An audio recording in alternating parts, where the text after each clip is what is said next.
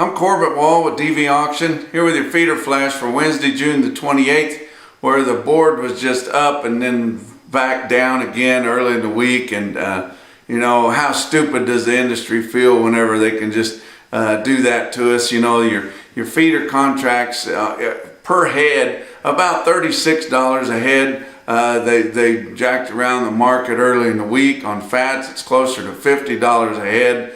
But you know, who else does that? Us in the agriculture market, we let these publicly traded markets and these traders manipulate the prices on the things that we produce. You know, you see a lot of jostling around on your big companies, your corporations, on the stocks.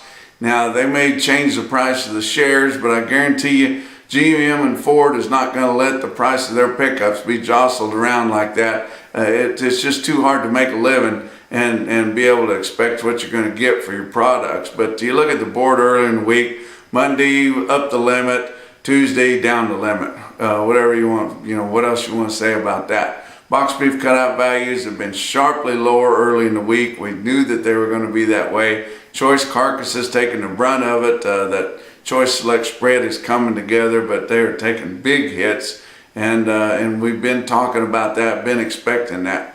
Real-time index on feeder cattle, late Tuesday, 144.49, basically steady with Monday's close, which that's a good sign there, holding steady. And these feeder cattle buyers are still wanting cattle, but they're not really willing to push the envelope on them. And but that's a good.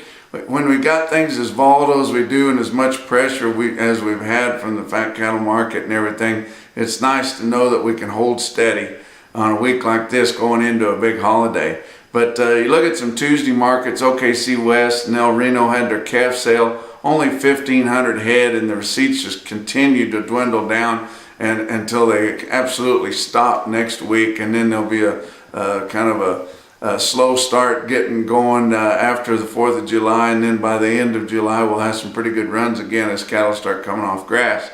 But in that calf sale at OKC West, mostly steady and a light test. Market that did have a good run on Tuesday was West Plains, Missouri at the Ozarks Regional Stockyard, had 3,800 head. And don't let that Ozarks make you think hillbilly there, because that is a fast track.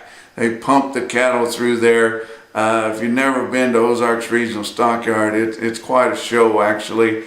That, you know, you can go out back and they've got a lot of gooseneckers for hire that bring those cattle in there, and they swing in and dump those cattle and get back out in the country and get more. And there's like 16 places to unload goosenecks there on the back end of West Plains.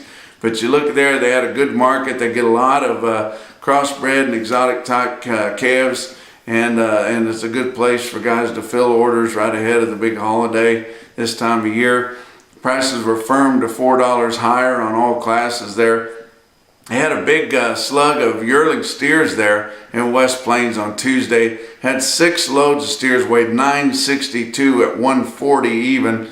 And then 6 loads of plainer type cattle, and then they can get some plainer cattle there. They've got the full gamut from the fanciest cattle you'd ever want to buy to some of the plainest there at West Plains. They get all types, a lot of cattle out of Arkansas there, but 6 loads weighed 967 on the plainer side, selling from 128 to 132.50.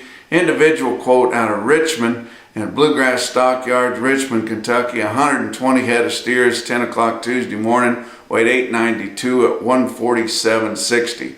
That's your feeder flash for Wednesday.